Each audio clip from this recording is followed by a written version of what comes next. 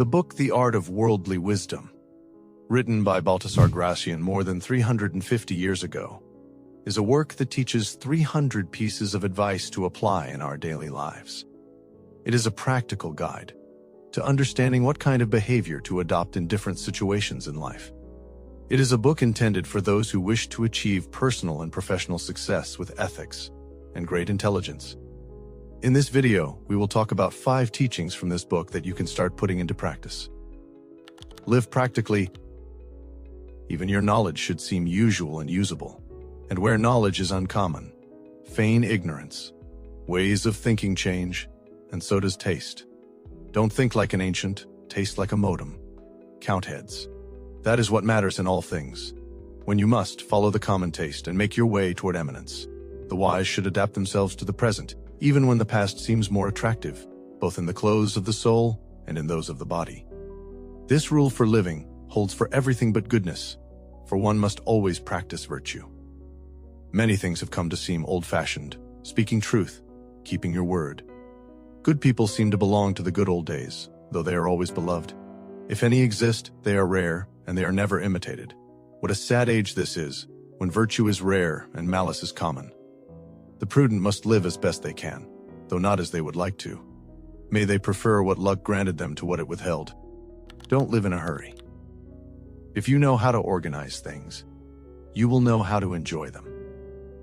Many have life left over when luck runs out. They waste their happy moments, and further down the road would like to turn around and return to them. Time moves too slowly for them, and, postilions of life, they spur it on with their own rash temperament. They want to devour in a day what they could hardly digest in a lifetime. They anticipate their successes, gulp down years of the future, and since they are always in a hurry, they soon finish everything. Even in the desire for knowledge, you should show moderation, so that things known won't be badly known. There are more days than luck. Be quick to act, slow to enjoy. Deeds are good, and content is bad when they are over. Use self-control. Be especially alert towards chance events. The sudden movements of the passions throw prudence off balance, and here is where you can be lost. You move more in a single moment of furor or content than you do in many hours of indifference. Run amok for only a second, and you will run up lifelong regrets. Cunning people set these traps for prudence in order to sound matters out and fathom the minds of their opponents.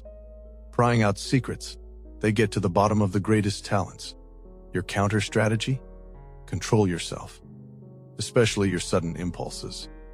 It takes much reflection to keep a passion from bolting like a horse, and if you're wise on horseback, you're wise in everything. The person who foresees danger feels his way along. A word uttered in passion may be light to the person who hurled it, but should feel heavy to the one who catches and ponders it. Parcel out your life wisely, not confusedly, in the rush of events, but with foresight and judgment. Life is painful without a rest, like a long day's journey without an inn. What makes life pleasant is a variety of learning. For a beautiful life, spend the first act in conversation with the dead. We are bound to know and to know ourselves, and books turn us faithfully into people. Spend the second act with the living. Behold all that is good in the world. Not all things are found in one region. In distributing the dowry, the Universal Father sometimes gave wealth to his ugliest daughter. The third act belongs entirely to you. To philosophize is the highest delight of all. Be diligent and intelligent.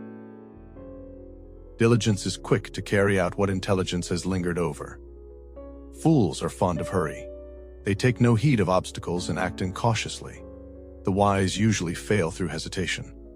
Fools stop at nothing, the wise at everything. Sometimes things are judged correctly but go wrong out of inefficiency and neglect. Readiness is the mother of luck. It is a great deed to leave nothing for the morrow. A lofty motto, make haste slowly.